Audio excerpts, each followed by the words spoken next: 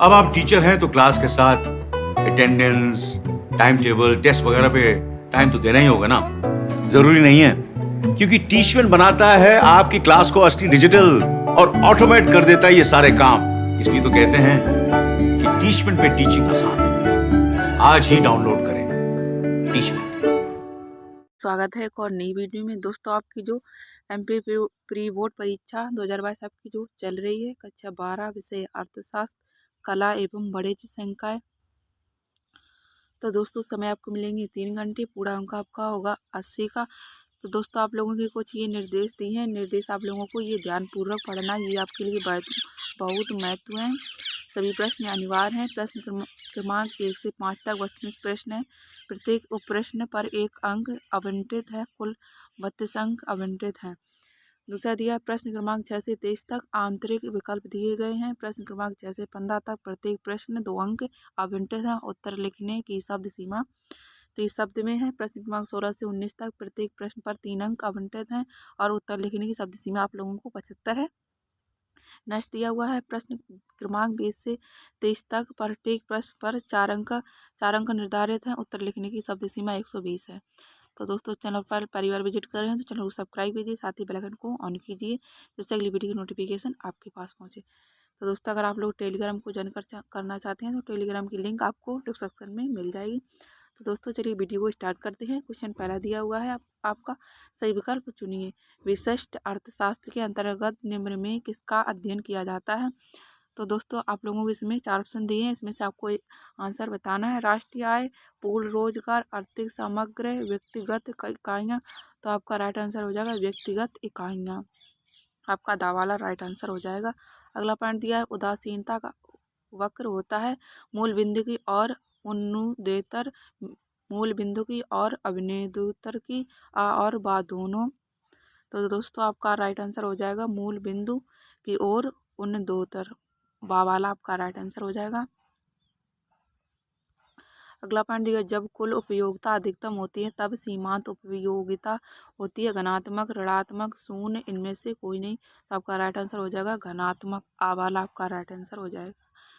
अगला पॉइंट दिया हुआ है आपका, स्नैप पत्र वस्तुएं हैं चाय, कॉफी, चाय, चीनी, कलम, स्याही, इनमें से कोई नहीं। तो आपका आ वाला राइट आंसर हो जाएगा चाय और कॉफी। अगला पॉइंट दिया हुआ है, उत्पादन फलन में उत्पादन किसका फलन है? कीमत का, उत्पत्ति के साधनों का, कुल व्यय का, इनमें से कोई नहीं। तो दोस्तों, आप लोगों का राइट आंसर हो जाएगा उत्पत्ति के साधनों का। तो आपका बा वाला राइट आंसर हो जाएगा। अगला पॉइंट दिया, अल्पकालीन उत्पादन फलन की व्याख्या निम्नलिखित में से किस नियम द्वारा की जाती है? मांग नियम, की लोच, पैमाने का प्रतिफल, परिवर्तनशील अनुपातों का नियम। तो राइट आंसर हो जाएगा परिवर्तनशील अनुपातों का नियम। तो आपका दा वाला राइट आंसर हो जाएगा। अगला पॉइंट दिया है आप लोगों का, अगला क्वेश्चन है रिक्त स्थानों की पूर्ति की। तो दोस्तों, आपको रिक्त स्थानों को पूर्ति को भरना है। डैश अवधि में स्तर लागत नहीं होती है। दूसरा पॉइंट दिया, औसत लागत वक्र का आकार डैश अक्षर जैसा होता है। तो इसका आंसर हो जाएगा अक्षर अंग्रेजी ए। तो दोस्तों, आप लोगों को अक्षर अंग्रेजी को फिल कर देना है। उत्पादन प्रति इकाई लागत को डैश कहते हैं, औसत लागत को। तो दोस्तों, आपको औसत लागत को फिल कर देना है। अगला पॉइंट दिया, पूर्ण प्रतियोगिता में विक्रेता डैश वस्तुएं बेचते हैं, एक जैसी वस्तुओं को आपको फिल कर देना है। अगला पॉइंट दिया, कृषि वस्तुओं के लिए कीमत की निम्नतम सीमा को कहा डैश चाहता है, न्यूनतम समर्थन मूल्य एमएसपी को आपको फिल कर देना है। अगला पॉइंट दिया है, मजदूरी तथा श्रम की पूर्ति के बीच डैश संबंध होता है। तो दोस्तों, इसका आंसर नहीं है। अगला पॉइंट दिया, कम कीमत पर पूर्ति टैक्स से डैश होती है। तो दोस्तों, आप लोग गूगल पर सर्च कर सकते हैं यूपी बोर्ड लाइव, तो आप लोगों को वहाँ पर आंसर मिल जाएंगे। अगला क्वेश्चन दिया है, सही जोड़ी बनाइए। तो दोस्तों, आप लोगों को सही जोड़ी बनाई, एक तरफ आपका आ, दूसरी तरफ है बा। सम कीमत, दो विक्रेता, औसत संप्राप्ति, आय तथा रोजगार संघात, कुल समाप्ति व्यापक होती है। द्रव्य अधिकार, मांग और पूर्ति, समष्टि अर्थशास्त्र का क्षेत्र, कीमत प्लस मात्रा, मैक्रो, कुल संपत्ति प्रति मात्रा। एक शब्द वाक्य में उत्तर लिखिए। जीएनपी का पूर्ण रूप लिखिए। तो इसका आंसर हो जाएगा जोर से, नेटिवन प्रोडक्ट। तो दोस्तों आप लोगों का ये आंसर हो जाएगा। अगला क्वेश्चन दिया जीटीपी का पूर्ण रूप लिखिए। तो ये दोस्तों आप लोगों का आंसर दिया हुआ है, आप लोग कॉपी पर नोट कर लीजिए या फिर स्क्रीनशॉट लीजिए। पीएनपी का पूर्ण रूप लिखिए। तो इसका आंसर हो जाएगा पंजाब नेशनल बैंक। अगला पॉइंट दिया आरबीआई का पूर्ण रूप लिखिए। तो इसका आंसर हो जाएगा रिजर्व बैंक ऑफ इंडिया। अगला पॉइंट दिया सीमांत बचत प्रवृत्ति क्या है। तो इसका आंसर हो जाएगा सीमांत बचत प्रवृत्ति एमपीएसआई में परिवर्तन के कारण बचत में परिवर्तन के अनुपात को सीमांत बचत प्रवृत्ति एमपीएस कहते हैं। यह उस बढ़ी हुई आय का वह भाग या अनुपात है जो बढ़ी हुई आय से बचाई गई बचत में परिवर्तन डेल्टा एस को आय में परिवर्तन डेल्टा वाई से भाग करके एमपीएस को ज्ञात किया जा सकता है। अगला पॉइंट दिया हुआ है सीमांत उपभोग प्रवृत्ति क्या है।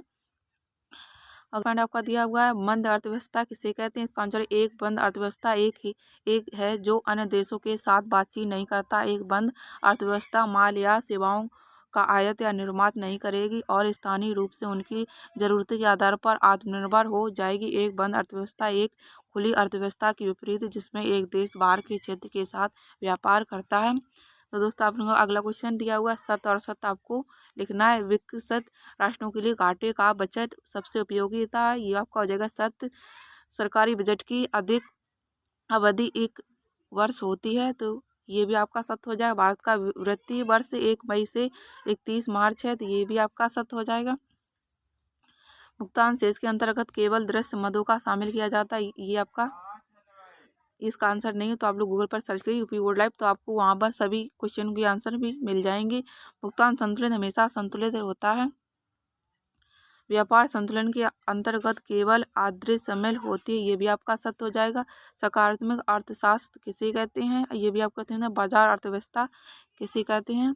तो इसका आंसर हो जाएगा सकारात्मक अर्थशास्त्र किसी आर्थिक समस्या की वास्तविक स्थिति अर्थ क्रियाविधियाँ किस प्रकार काम करती हैं को व्यक्त करता है। यह समस्या का हल कैसे निकाला जाए नहीं बताता। इसमें केवल यह बताता जाता है कि व्हाट इज क्या है, अर्थात यह केवल वस्तु स्थिति के बारे में बताता है। अगला क्वेश्चन दिया हुआ सीमांत उपयोगिता किसे कहते हैं। ये भी आपका उपयोगिता से क्या अर्थ है। इसका आंसर क्या हो जाएगा। सीमांत उपयोगिता से प्रयुक्त सभी इकाइयों से प्राप्त उपयोगिता के योग को कुल उपयोगिता कहते हैं। प्रो बिल्डिंग के अनुसार वस्तु की किसी भी मात्रा सीमांत उपयोगिता कुल उपयोगिता में वह वृद्धि है जो उपभोग एक इकाई के परिणाम स्वरूप प्राप्त होती है। अगला क्वेश्चन दिया बाजार किसे कहते हैं। पूर्ण प्रतियोगिता किसे कहते हैं। इसका आंसर हो जाएगा बाजार एक ऐसी जगह होती है जहाँ पर लोग सामान खरीदते और बेचते हैं। अगला क्वेश्चन है साम मूल्य किसे कहते हैं। वस्तु की मांग किसके द्वारा की जाती है। आंसर हो जाएगा अन्य बातें समान रहने पर मांग का नियम यह बताता है कि वस्तु की कीमत एवं वस्तु की मात्रा में विपरीत संबंध पाया जाता है। अर्थात वस्तु की कीमत बढ़ाने पर वस्तु की मांग कम हो जाती है तथा कीमत के कम हो जाने पर मांग बढ़ जाती है। अगला क्वेश्चन दिया है ध्रुवीधिकार किसे कहते हैं। अल्पाधिकार किसे कहते हैं। आंसर हो जाएगा एक अल्पाधिकार प्राचीन यूनानी अवशेष ओलिगोस से कुछ ट्यूट पोलियन बेचने के लिए एक बाजार प्रपत्र जिसमें एक बाजार या उद्योग के बड़े विक्रेताओं ओलिपेकल्स की एक छोटी संख्या का प्रभुत्व है। कुछ विक्रेताओं के साथ प्रत्येक दूसरे कार्यों में अवगत होने की संभावना है। अगला क्वेश्चन दिया है पूंजी अर्थव्यवस्था की 2 विशेषताएं लिखिए। पूंजीवादी अर्थव्यवस्था किसे कहते हैं। आंसर हो जाएगा पूंजीवादी अर्थव्यवस्था की 2 विशेषताएं हैं। स्वभाव से लचीली होती हैं। बाजार में मांग और परिस्थितियों के अनुसार व्यवस्था बदलती सरकारी नियंत्रण काम रहता है जिसके कारण लाल फीताशाही और सरकारी भ्रष्टाचार के अवसर कम हो जाते हैं। अगला क्वेश्चन दिया है प्रति व्यक्ति आय किसे कहते हैं। टिकाऊ वस्तु किसे कहते हैं। इसका आंसर हो जाएगा प्रति व्यक्ति आय उस आय को कहा जाता है जब किसी देश के कुल सकल घरेलू उत्पाद को जब उस देश की उस वर्ष की मध्यवर्ती तिथि की जनसंख्या से विभाजित किया जाता है। यह हमें उस देश निवासियों को प्राप्त होने वाली औसत आय की मौद्रिक जानकारी देता है। अगला क्वेश्चन दिया वस्तु विनिमय क्या है। बैंक किसे कहते हैं। तो इसका आंसर हो जाएगा वस्तु विनिमय का अर्थ जब किसी एक वस्तु या सेवा के बदले दूसरी वस्तु या सेवा का लेन देन होता है तो इसे वस्तु विनिमय कहते हैं। जैसे एक भैंस लेकर 7 गाय देना पद्धति में विनिमय की सार्वजनिक सर्वमान्य इकाई अर्थात मुद्रा रुपये पैसे का इस्तेमाल नहीं किया जाता है। तो दोस्तों आप लोगों का अगला क्वेश्चन दिया सरकारी बजट के 2 अवयव लिखिए। आंसर हो जाएगा बाजार ऋणों व्यय ऋणों और विविधि आरक्षित निधियों पर ब्याज, आद्योगी और योज नगद राजस्व व्यय एक सबसे बड़ा घटक होता है। अगला क्वेश्चन दिया, बजट का अर्थ लिखिए। भुगतान संतुलन किसे कहते हैं? आंसर, बजट का अर्थ सरकारी बजट एक वित्तीय वर्ष में सरकारी व्यय और इन व्ययों को पूरा करने के साधनों का एक विवरण होता है। वित्तीय वर्ष शुरू होने की काफी पहले ही इसके मानने की प्रक्रिया शुरू हो जाती है। इसमें आने वाले वित्तीय वर्ष में सभी व्यय और इनके पूरा करने के लिए पैसा जुटाने के साधनों को विवरण दिया जाता है। अगला क्वेश्चन है, विदेशी विनिमय द्वारा किसे कहते हैं? मिश्रित अर्थव्यवस्था की 3 विशेषताएं लिखिए। इसका आंसर हो जाएगा, मिश्रित अर्थव्यवस्था में सरकार मूल्य वितरण प्रणाली के माध्यम से सार्वजनिक हित में कीमतों को विनियमित कर सकती है। मिश्रित अर्थव्यवस्था में निजी संपत्ति बनाने और रखने की अनुमति होती है, लेकिन संपत्ति और आय के समान वितरण पर जोर दिया जाता है। मिश्रित अर्थव्यवस्था में किसी एक कुछ विशेष लोगों का अधिकार नहीं रहता है। अगला क्वेश्चन दिया, विशिष्ट अर्थव्यवस्था की 3 विशेषताएं लिखिए। पूर्ति की लोच क्या है? इसका सूत्र लिखिए। तो दोस्तों आप लोगों को सूत्र लिखना है। आंसर हो जाएगा, विशिष्ट या विशिष्ट अथवा सूक्ष्म या विशिष्टगत अर्थव्यवस्था समष्टिगत अथवा व्यापक अर्थशास्त्र कहा जाता है। विशिष्ट अर्थगत किसी विशिष्ट व्यक्ति, विशिष्ट कर्म, विशिष्ट उद्योग अथवा विशिष्ट मूल अध्ययन किया जाता है। दूसरे शब्दों में कहें तो विशिष्ट अर्थशास्त्र व्यक्तिगत इकाइयों के अध्ययन से संबंधित। अविशिष्ट अर्थशास्त्र में व्यक्तिगत इकाइयों का अध्ययन किया जाता है। अगला क्वेश्चन दिया, पूर्ति का नियम लिखिए। मित विविधता का विरोधाभास किसे कहते हैं? पूर्ति का नियम दिया हुआ है, तो दोस्तों आप लोग कॉपी पर नोट कर लीजिए या फिर स्क्रीनशॉट ले लीजिए। अगला क्वेश्चन दिया, घाटे का बजट प्रकार के लिखिए। सरकारी बजट के कोई 3 उद्देश्य लिखिए।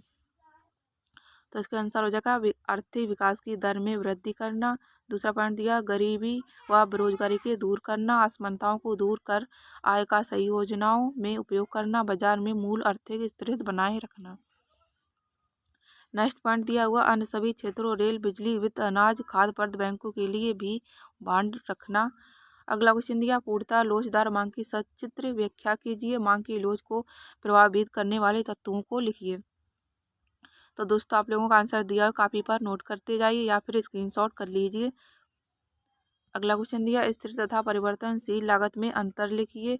निम्नलिखित तालिका कुल उत्पादन को बताती हुई इसके आधार पर सीमांत उत्पादन को तालिका बनाइए। तो दोस्तों आप लोगों का इसका भी आंसर दिया हुआ, आप लोग कॉपी पर नोट कर लीजिए या फिर स्क्रीनशॉट ले लीजिए।